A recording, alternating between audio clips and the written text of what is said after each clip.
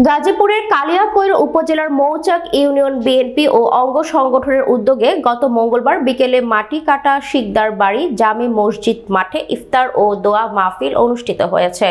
অনুষ্ঠানে মহান স্বাধীনতার ঘোষক শহীদ রাষ্ট্রপতি জিয়াউর রহমানের রুহের মাগফিরাত, বিএনপি চেয়ারপারসন সাবেক প্রধানমন্ত্রী দেশনেত্রী বেগম খালেদা জিয়ার সুস্থতা ও দলের ভারপ্রাপ্ত চেয়ারম্যান তারেক রহমানের দীর্ঘায়ু কামনা করে বিশেষ মোনাজাত করা হয়।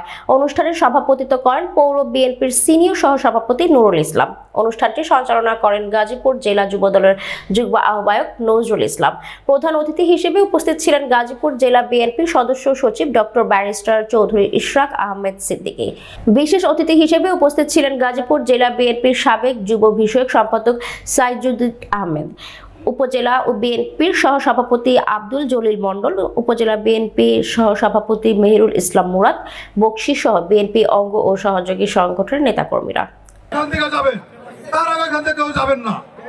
আমি একটা কথা বলতে চাই, গাজীপুরের দায়িত্ব দেওয়া হয়েছে এই কমিটির মধ্যে যারা আগামী মোতাবেলের সাথে হাত করে দীর্ঘ 16 বছর সুযোগ সুবিধা নিয়েছে, তাদের কোন স্থান এই কমিটিতে দেওয়া হয় না। বিপ্লবী রাষ্ট্রের পরে আওয়ামী লীগের বিভিন্ন লোক বিএনপির ভিতর ঢুকে অরাজকতা সৃষ্টি করছে, চাঁদাবাজি করছে, মানুষকে কষ্ট দিচ্ছে।